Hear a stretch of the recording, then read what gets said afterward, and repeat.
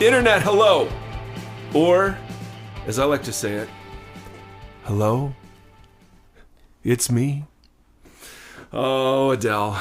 All right, so we're going to bring you part 2 of our conversation with Bonnie Lewis on grief. So good. And lament and disappointment. And this one, this part 2 here is a bit more practical. We get into, we're going to bash some cliches. We're going to give some practical, hopefully helpful advice on how to respond to people when they're grieving. And how not to. And so we had such great feedback from part 1.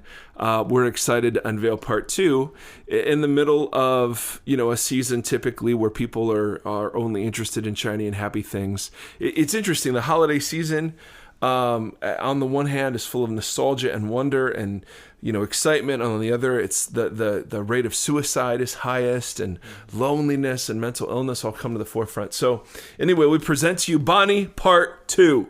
Here you go. Enjoy.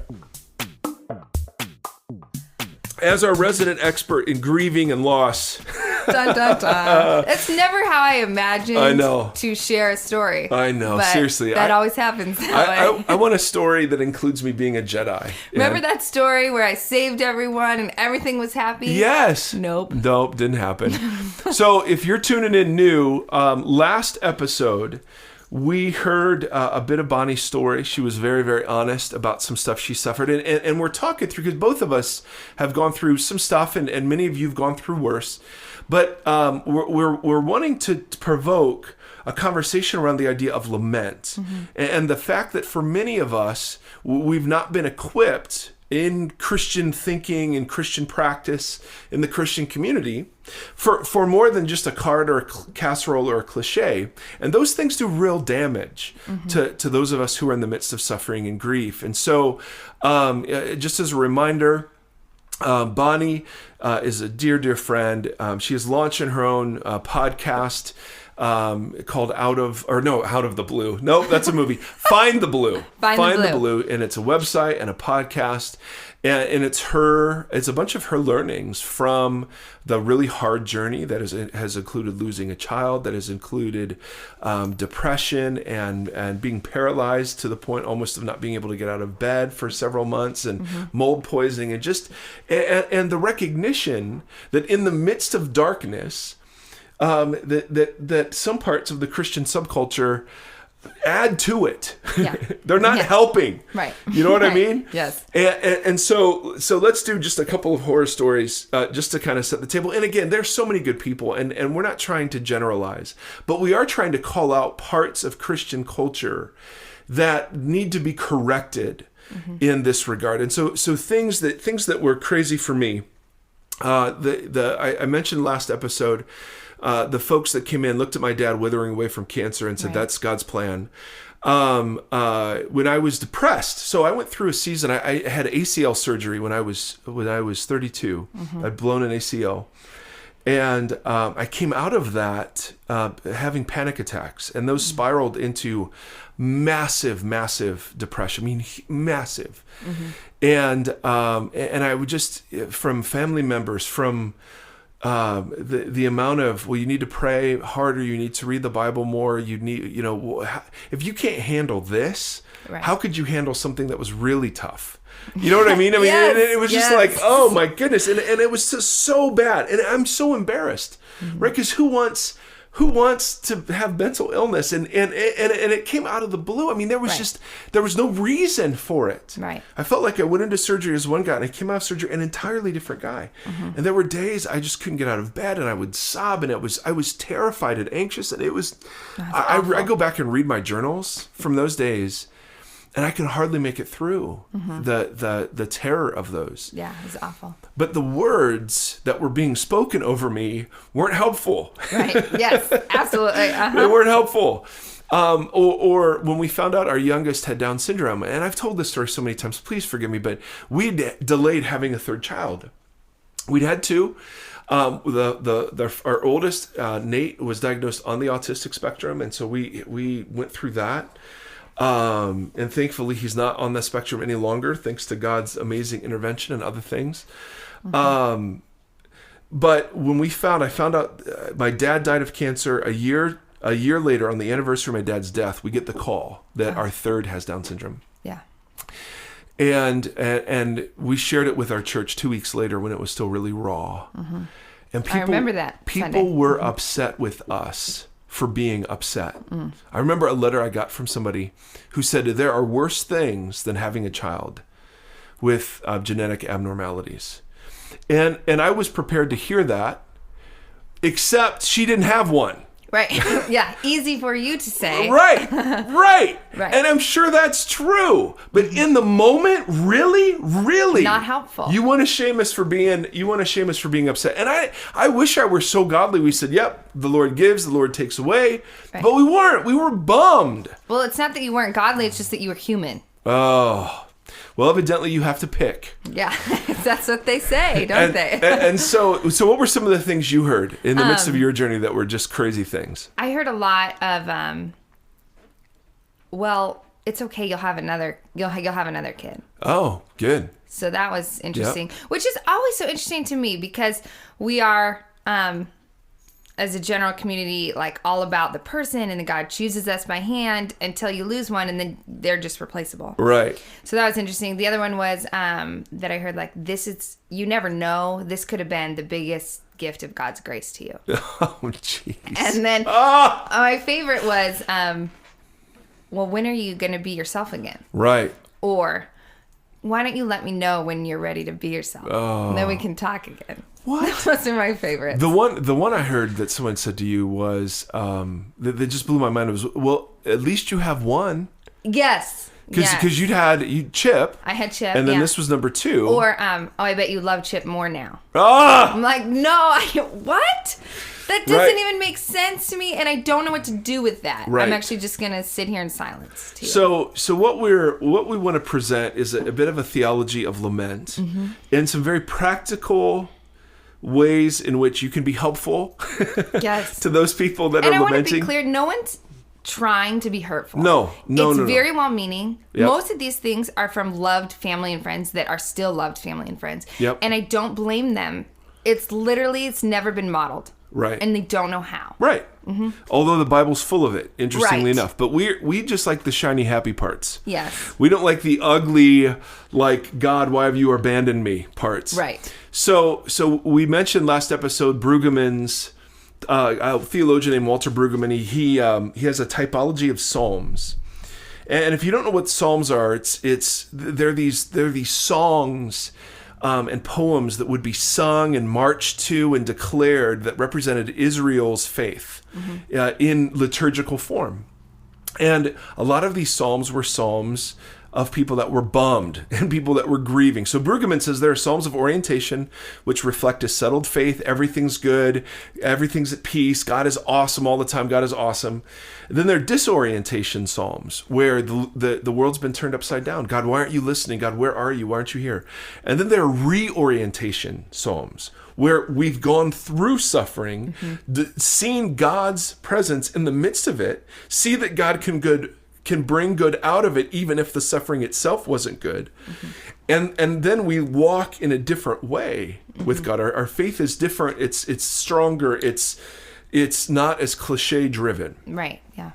Well, or formula driven, like we talked about. Exactly. Yes. So one of the questions that the kind of mystic side of spirituality has dealt with for generations is why do there seem to be seasons of dryness? Why do there seem to be seasons when things are going wrong and God isn't more present than normal? He seems more absent than normal.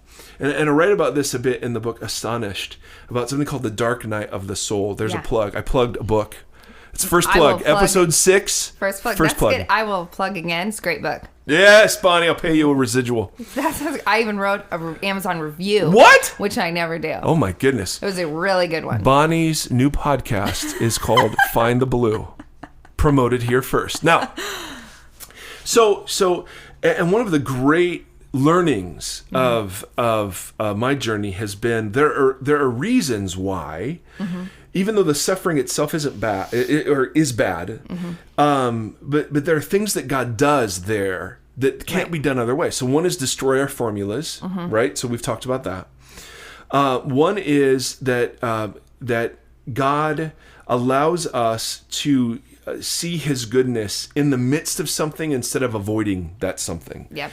In other words, I saw God provide for me in the midst of the depression in ways that didn't take the depression away, but they made it bearable. Yes. Mm-hmm. And that was huge because I thought his job was to take it away. That's back to orientation. Exactly. But you only get to reorientation as God carries, as you carry the loss and God carries you, not in a footprints looking back in the sand kind of way. This is a really good analogy. Yes. Yeah. So we're confronted with cliches because people don't know what else to say. Exactly. We've never been trained to deal with people in disorientation. Now, I want to introduce. So the first point, big time, is lament is biblical. Yes. It is an expression of faith. It's an expression of covenant fidelity. It is not something... Now, the complaining of the Israelites, we talked last time about how that was different than this. This is the presenting of your real human self before God in all of its rawness. Right. And evidently God doesn't mind because he knows it anyway, right? He's not surprised. Oh, I had no idea you were feeling like this. You out? Right. What the world? So first step in a theology of lament is that it's biblical. It's an expression of faith. Second step is the recognition that God isn't the author of the things we lament. Although we believe that God will and can correct them. Yes. So we say to God, God, could you heal my depression? Yes, I cried out for healing all the time. It did not come in the way I expected. Right. We can cry out for your lost child. We can cry out for God to rearrange the chromosomes in Seth Erie. None of those things are going to happen. And so lament becomes almost a clinging to the promise that it won't always be this way. Yeah. You know what I mean? Where if we thought this was just the way the world is, we'd have nothing to lament or protest. Exactly. But we know that there is an all-loving, all-good God who has the capability to render different verdicts and outcomes, but who chooses not to, and who allows free agents freedom. Yep. So that his will isn't the only will done on the earth. But it will be someday. There will come a day. Now, so lament is this in-between time where God has come and through Jesus he heals, he restores, he redeems, but he also doesn't heal, doesn't restore, and doesn't redeem everything until that day when Christ returns and puts everything back to the way he intended. So second step in the theology of lament is the recognition that evil is evil. God really is good, and God will bring good out of evil. But he isn't the author of it. And we'll have a bunch of brothers and sisters in Jesus who will disagree and say, no, everything that happens is the will of God. And we will disagree with those people vigorously in another podcast. Now, third step in a theology of lament. I mean, am I making sense so far? Yes, you're doing great. I'm tracking. Third step in a theology of lament is from the example of Jesus. And it is the recognition that knowing the end of the story doesn't preclude grieving in the midst of it. Say that one more time. That knowing the end of the story doesn't preclude grieving in the midst of the story you're in. Right. So, and we pointed last time to the death of Lazarus. So here's a friend of Jesus who has two sisters, Mary and Martha. Lazarus is sick. Jesus hears about it. Jesus waits until he's dead, fully dead, 4 days dead, and then shows up. Mary and Martha, and you can hear the Jewish guilt in their voice. If you were here, he wouldn't have died. He wouldn't have died. Right?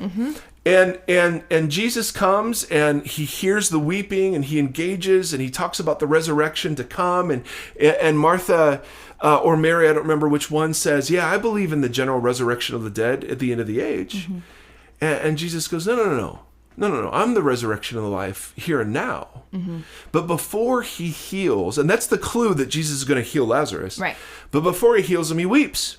And you talked last time about how significant that pause was when it just says Jesus wept. And there's just a pause and there's a stillness. And you don't, as a storyteller, you don't move over that part too fast. He wept. He knew he was going to raise Lazarus from the dead. He knew that moment he was going to see his friend in like half an hour. Yeah.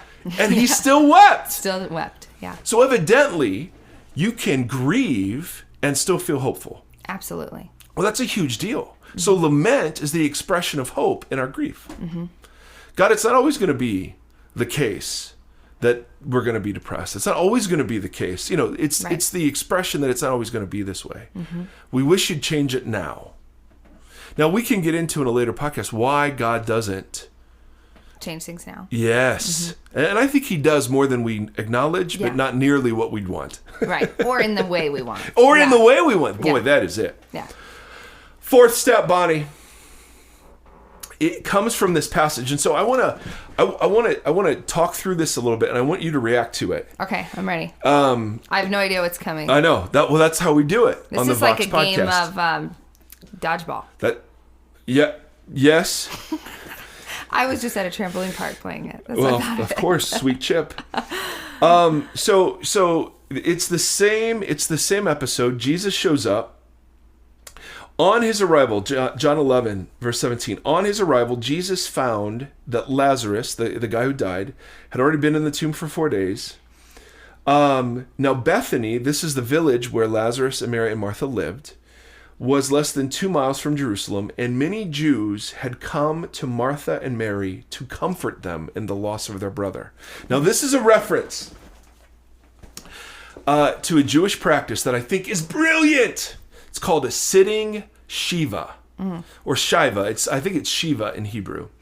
And you got to be careful when you say it, or else we'll have to do another swearing alert. Yeah, I'm sorry. Sitting Shiva. Now, Shiva means 7. Okay. And what's being hinted at here, it's the Jewish practice that when someone would experience a loss, and it had to be a certain kind of loss. There are 7 relationships that were named as opportunities or responsibilities to sit Shiva. Okay. If it was a significant loss, friends and family of the family that had experienced the loss would come and sit in the house for 7 full days. Amen. They would sit there. They would not speak unless one of the family. So literally, so what would happen is Mary and Martha would be sitting in the middle of their room, surrounded by friends and family, all hours of 7 days. So they would never be alone the first 7 days. They didn't. So if they were male, you didn't have to cut your beard. You didn't have to do. All you would do is go to synagogue on Sabbath. That was it. You didn't cook. You didn't do anything. Everything was done for you. You were never left alone, which I just think is the most magnificent thing.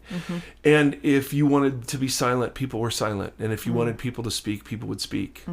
Now, when I was in Israel in April, I talked to a family about how this works today. Yeah. And they said they still do this. In fact, they do burial right away. They will often bury the same day.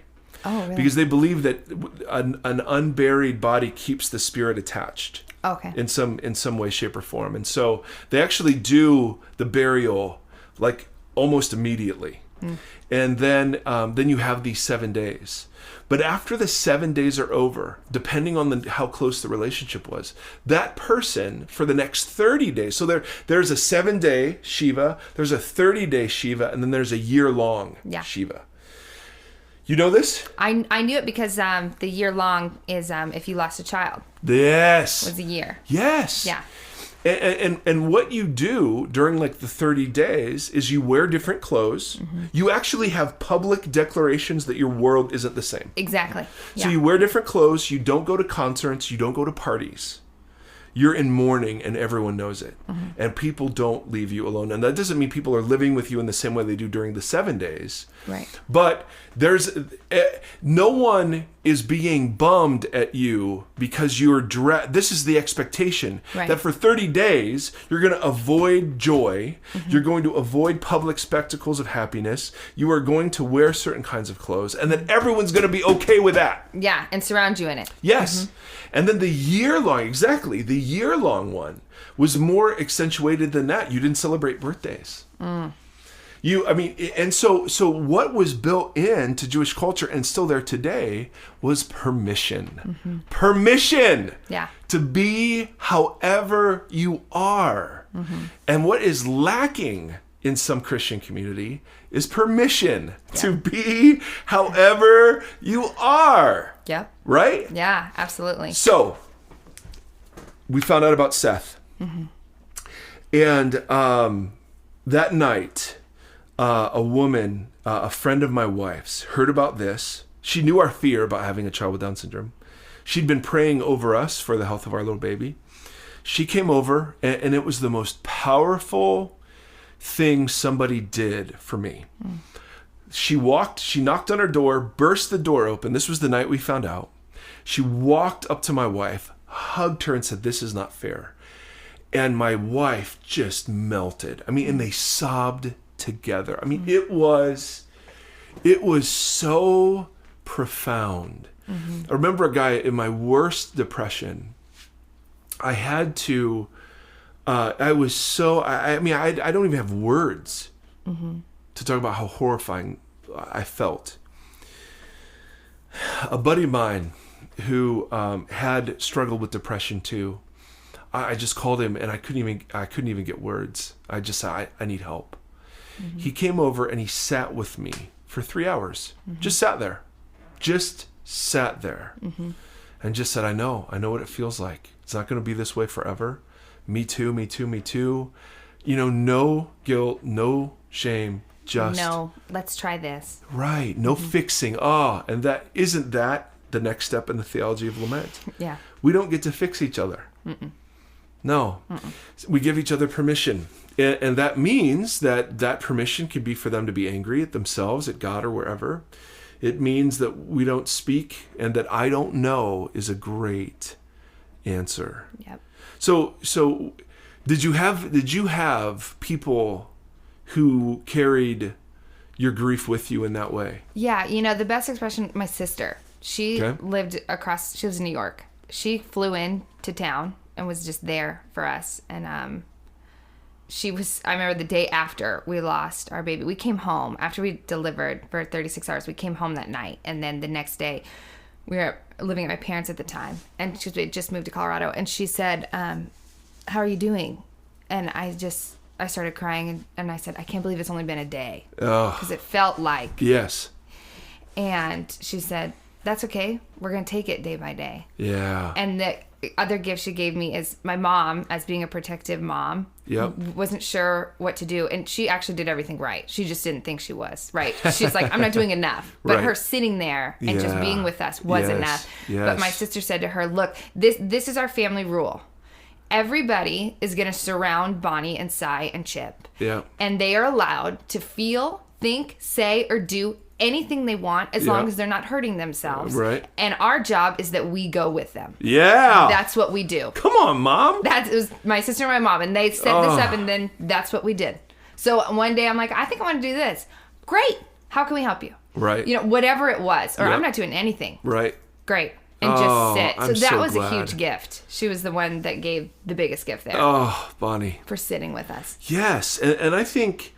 So here are recommendations. Yeah. So let's say you are around somebody who... So we just found out one of our friends, she has a little boy with Down syndrome. Her husband just left her for another woman because he was depressed and anxious about having whatever reason, and I just want to go smack him.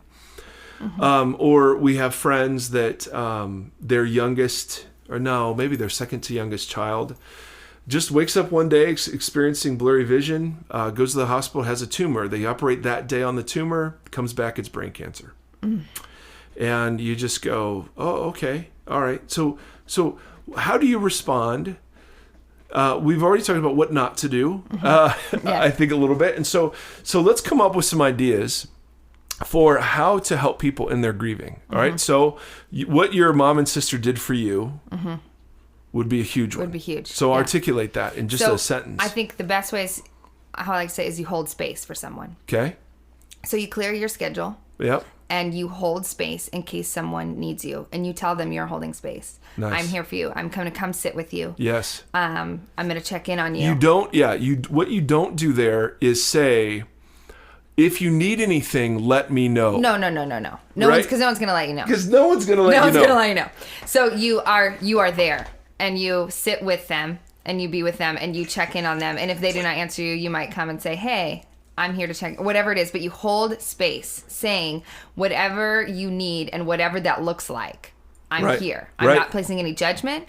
I'm not placing any fixing. I'm not placing you should, you shouldn't. I am here and I'm holding space in my life for you. Oh, I love that. All right. And then while you're with the person, okay, what do? You weep with them. Yeah. You say, this sucks. This isn't fair. Yes. I don't know why. It's not your fault. It's not your fault. It is not your fault. And like the truth that God is weeping too. I think that's huge. One of our biggest turning points in our recovery was realizing that, like, all the time lamenting and saying, God, where are you? And realizing he was just sitting with us. Yeah. Weeping as well. Yes. And sort of begging, like, you can take this space too. Yep. So I think reaffirming them, this isn't your fault. It's nothing you've done. Right. There's nothing you could have done better or worse that would have caused this. Yeah. And this isn't from God. Right. God didn't send this on you. Yeah. No, and that's sitting huge. with them. Yes. And obviously we're not talking about things that are like when my dad had cancer, he'd smoked cigarettes for 50 years and had eaten poorly. And you know, when he would say, hey, why do I have heart problems? Or why do I have lung cancer? I mean, this isn't a dismissal of consequences, saying like, correct. We can't just live however. Correct. Right. This is a dismissal of poor theology that says we serve a God who smites his people. Yes. That's what it is. Boom. or I'm being disciplined and chastised by God or whatever. And then you just go, well, yes, God does discipline us, but he disciplines us like children. Last time I checked, I didn't give my kids cancer just to teach them a lesson. Because they took that extra candy. Right, come on. Yeah. So I think too, memorize, all of us need to memorize the phrase, I don't know. Yep. So let's practice it together, Bonnie. Ready? If you're in your car, if you're on the elliptical, say it right now with us. Ready? 1, 2, 3. I don't know. Hey, Bonnie, why did this happen? I don't know. Bonnie, where's God in this? I don't know. Bonnie, do you think do you think I did something to cause this? I don't know, but also no. That was a trick one. I know. Just saying if you were paying attention. Right. So silence. Let's stop the cliches. Right. The other cliche I've heard that I just remembered and that I want to wage war on is God won't give you more than you can handle. Oh my gosh. Come on. That is the biggest bunch of bullcrap in the world. Yep, no swearing alert there. Thank you, Bonnie. Thank you for restraining. I censored. It is because I hear that applied in so many different ways, and I think that comes from 1 Corinthians 10, where Paul says, God will never tempt you, let you be tempted beyond what you can bear. But that's different than saying God will never give you more than you can handle. First, that is in direct conflict with the biblical evidence where God is giving people more than they can handle all the freaking time. All the time. So that they will trust him. Right? So take the famous Gideon story. Right? So here's Gideon. They're here, the Midianites. There's like 50, 70,000, however many Midianites there are. Guy named Gideon, who is the least of his clan, the least of his tribe, the least of his family. God says, you're my guy. And then they have like 33,000 soldiers. God says, nope, too many, gets it down to 300 and says, just so, and I'm doing this just so you know, I actually did this, not you. And we think that's a cute Sunday school story, but that actually is how God works. The second thing is, the second thing wrong with that, God will never give you more than you can handle, outside of the fact that he often does, is that the suffering you're undergoing is from God. Yeah. And it's given to you because you can handle it. Right. Right? So there's an implicit shaming that says if you don't handle it, right? You're not strong enough, you're not falling enough. Well, and it gives a picture of God that's not true. Right. I mean, so the God we serve that is just piling a bunch of stuff on. Right. For what? Right. For fun? Well, I just remember hearing people would say, God gives special kids to special parents. And I'm like, I'm not... I think maybe because you have a special kid, you become a special parent if you lean into it. Right. But I don't think he's saying, okay, I've got a certain selection of kids with special needs, and I'm like, no. And in fact, one of my dear friends and I got in a huge argument after we found out about Seth, because his question was, isn't it great to know that God gave you a kid with Down syndrome? And I said, God did not give me a kid with Down syndrome. I said, we live in a fallen world where bloodlines and DNA, and I mean, all of this stuff is polluted. God never designed a world where there'd be genetic abnormalities. Right. He did not. Right. And we got in this huge argument about, no, I think this is from God. And I'm like, Right. no, it's not from God. I don't think it is. Now, his Down syndrome is part of who he is, and we love him, and we couldn't imagine him any other way, and we don't want him any other way. Right. But theoretically, you're exactly right. What does this say about what God is like? I'm convinced that one of the worst things that we do is we assign to God the work of his arch enemy, the adversary. That we're functional Muslims in the following respect. It's all God's will. It's just all God's will. That's Islam. It's all God's will. Everything is God's will. And there are certain streams of Christianity where it's just everything is God's will. He's going to be glorified through the raping and maiming of young children. He's going to be glorified through this natural disaster. He's going to be glorified through X, Y, or Z. And I just don't see that in Jesus even remotely. Well, put that in perspective right now with Paris, right? Right. So you have that whole, have you seen this? It's like a whole trending hashtag, not my name. No. And it's Muslims that are coming forward going, this is not what we believe our faith to be about. Oh, that's this good. is not part of it. That's good. And my husband and I were in a conversation about the exact same thing and going, okay, so when we take situations like Paris, or like, remember when Katrina hit? And it was like, it was because all these people were like, it's because it was in New Orleans and it was this whole thing. And going, wait a minute. Right. If that's true. Right. Then what does it say about the God we serve, and who is he? Because it's not who I see in the Bible. It doesn't bear any resemblance to Jesus. If Jesus is the definitive revelation of God, and all other revelations are partial next to the revelation of God in Jesus, then you cannot say. You just can't. Cannot because if you look that. at the life and work of Jesus, it doesn't model that. Nope, not even remotely. So Bonnie, here we are again, solving the world's problems. I don't know. I don't know. That's good. Come on, Bonnie. So, my friends, thank you. We've spent, and I'm sure this raises tons of questions, and we'll be spending tons of podcasts, and we're not doing Bible study here. We're talking conversationally, and like I always say, I always think of things I should have said better, differently, or whatever. Always. But I'm so grateful that Bonnie has been with us for a couple of episodes. So grateful that she's launching her own podcast. I think I would really encourage you to check it out. Find the Blue. As she and her therapist, which I think is the greatest thing ever. I was in therapy for 18 months, and some would say I need longer, but it was a powerful experience for me. Everybody should do it, I think even if you don't think you should. Right? It's the best. And I wanted her to like get a glass of wine after. Like I thought we were friends. I was like, let's continue this for life. She's like, our session has ended. Exactly. You've got 45 minutes. I know, seriously. I know. My God would be like, hey, you've forgotten to pay me, and I think the reason is you don't like being reminded. And we're 10 minutes over. Yes. Again.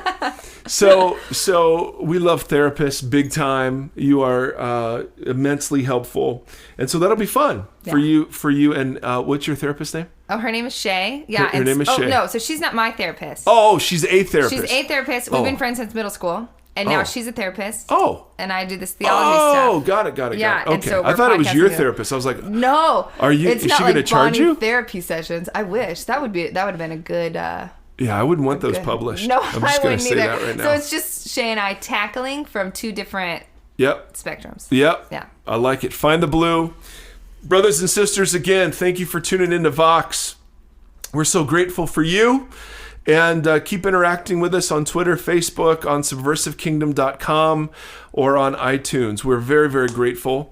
May the Lord bless you and keep you. May the Lord shine his face upon you and be gracious to you. May the Lord lift up his countenance to you and give you peace. Amen. Amen. Amen. Till next time. Thanks for listening to Vox, the Mike Geary podcast. Be sure to like Mike on Facebook at facebook.com/official Mike Geary. Follow Mike on Twitter and Periscope at Mike Geary for live interaction and ongoing Q&A. Don't forget to visit subversivekingdom.com for further engagement and information about Mike.